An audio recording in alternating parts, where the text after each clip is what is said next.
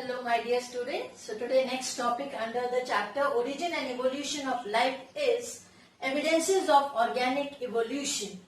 Now the present day complex forms have originated from the simple forms of the past. So process of evolution is supported by evidences and that is provided by various branches of biology such as paleontology, comparative anatomy, embryology and genetics. So one by one we will go into the detail of each type of branches of biology which gives the evidences. The first one is the paleontological evidences.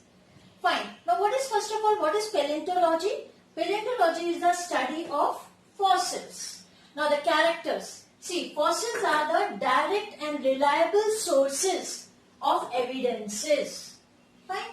Second, fossils are formed in the sedimentary rocks, amber, volcanic gas, ice, peat bogs and soil. So here we can count the fossils. Now there are different types of fossils. Now what are those? The first one is the actual remains, then molds, cast, compressions. Okay. Now first one is the actual remains. So they are generally formed in the deep ocean. So whenever the plant and animals die, their dead bodies sink to the bottom of the sea. Now here, either the entire body or its hard parts get surrounded by minerals and forming the parts of stones. So this is all about the actual remains formed in deep oceans.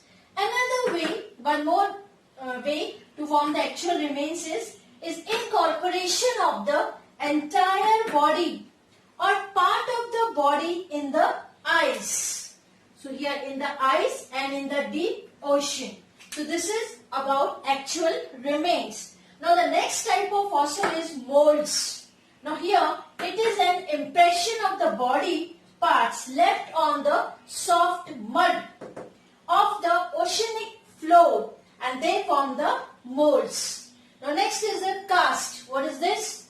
Now here when the cavities of the mold gets filled with minerals, okay, it hardens into stones and form the cast. So when the cavities of molds are filled, so then they form the cast. And the last one is the compressions. Now here it is a fossils preserved in the sedimentary rocks that has undergone physical compression, impressions, usually the plant's impression we will get. So this one is the last type of fossils, that is compression. So these are the types of fossils. Now significance of paleontology.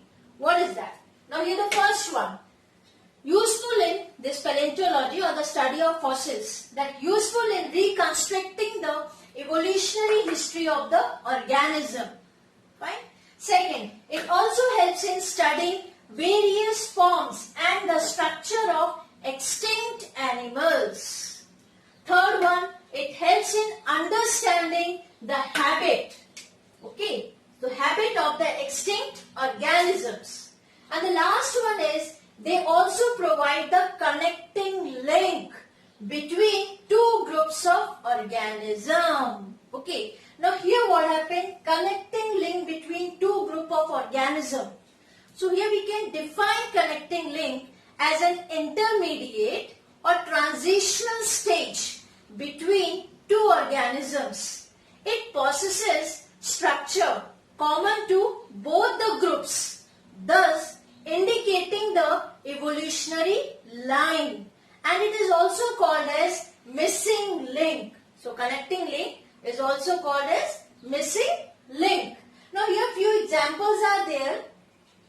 That is a missing link between the two groups of organisms. See, here the first one is Simoria. So this one is a missing link between the amphibians and reptiles. Amphibians and reptiles. See the characters of Simoria. It lays its eggs on the land but they have the structurally like an amphibian. So both the characteristics are there. So they are the Simoria are the connecting link between amphibians and reptiles. Second one is ichthyostega. Now here, this one is the connecting or missing link between fish and amphibians. So this having the characteristics of both the groups. The third one, very common, I think everybody heard this one, that is Archaeopteryx. So this type of fossil is connecting link between the birds and reptiles. This one is important because sometimes they ask in exam also. Now, what are the characters in the Archaeopteryx which are similar to the reptiles, which are similar to the birds, avian characteristics? So we will study few characteristics here. Reptilian characteristics which are present in Archaeopteryx. So there the first one is jaws with homodont teeth. Okay. Second, ribs with a single head.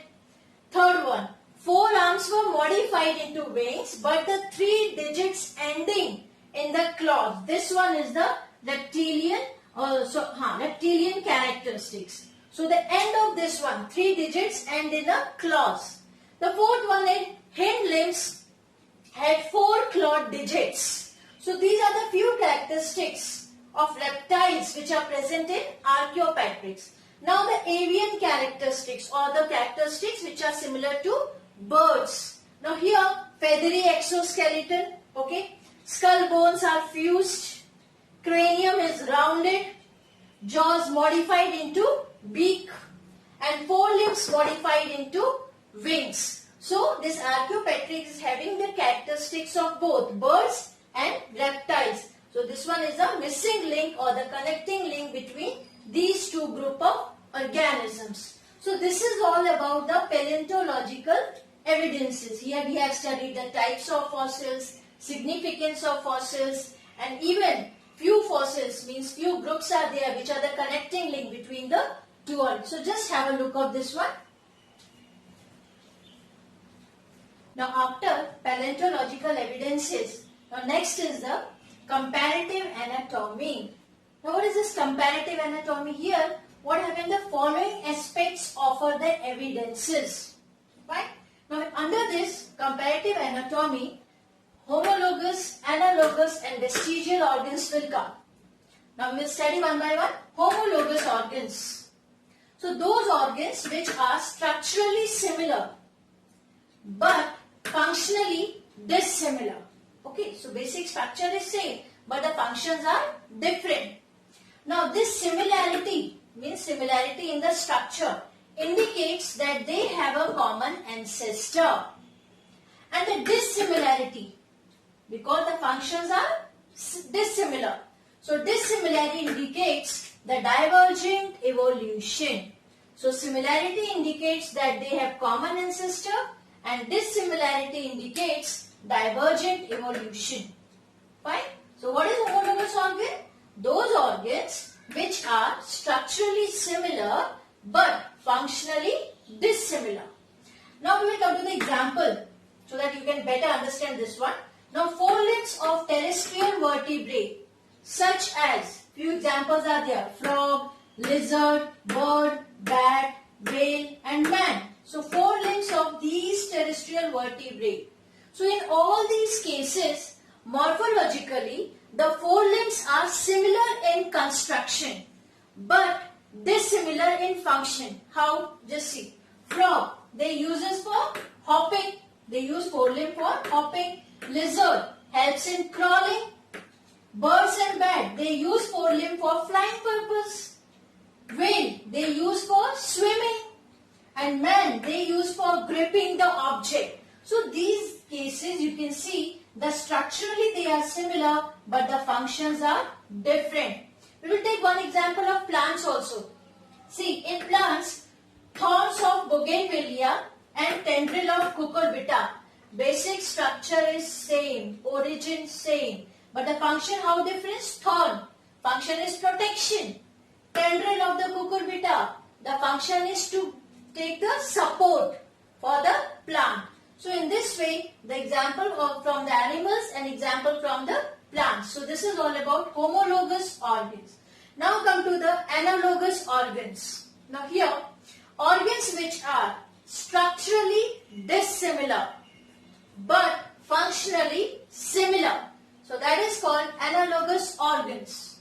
Now these organs do not help to trace the relationship, and hence they do not have a significant role in evolution, and they lead to convergent evolution. Which one? Analogous organs. Now here we can see the examples. Example, wings of bird and insects. Now here what I said, structurally dissimilar. See, wings of birds, they are modified forelimbs. Wings of insects, they are the expansion of exoskeleton. So structure is different, but the function is same. That is, for flying purpose they are using the wings. Fine. Another example for the analogous, eyes of octopus and mammals. Here they differ in the retinal position, structure of the lens. Fine. But the function is same. What? To see the object. Next, in the case of plants, here we will take the example under the analogous. In plants, sweet potato. What is sweet potato? That is modified root. And potato, that is modified stem. So here the structure is different, but the function is same. And what is the function of this one? To store food as a starch. So these are the examples for the analogous organ. Fine. Now come to the third part, that is a vestigial organ.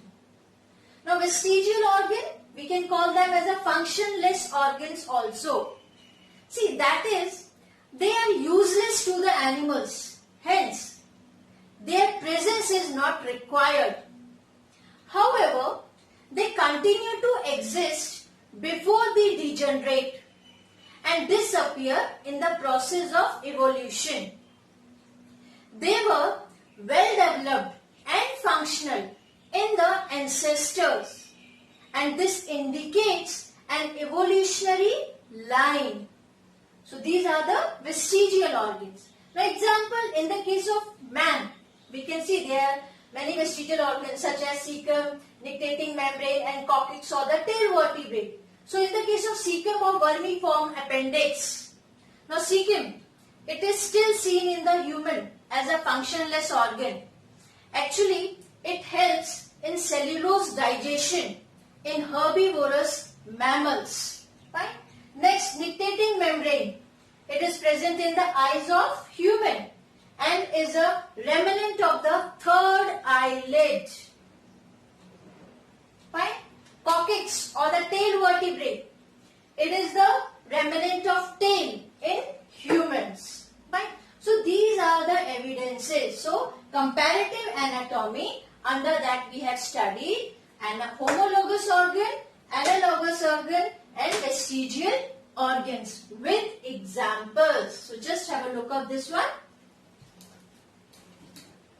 So now come to the embryological evidences. Fine.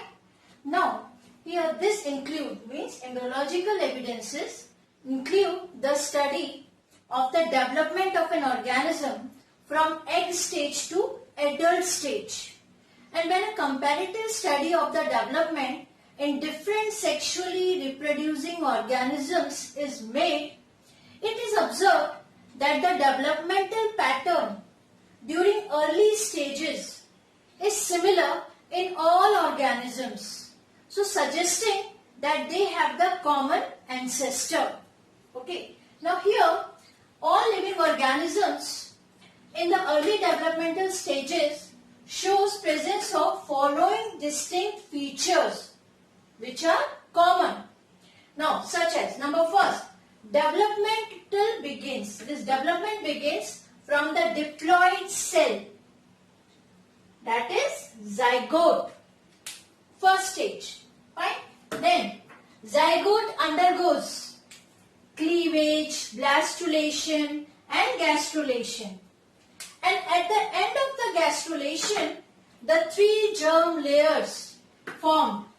And these germs layer will give rise to various organs and organ system. Fine.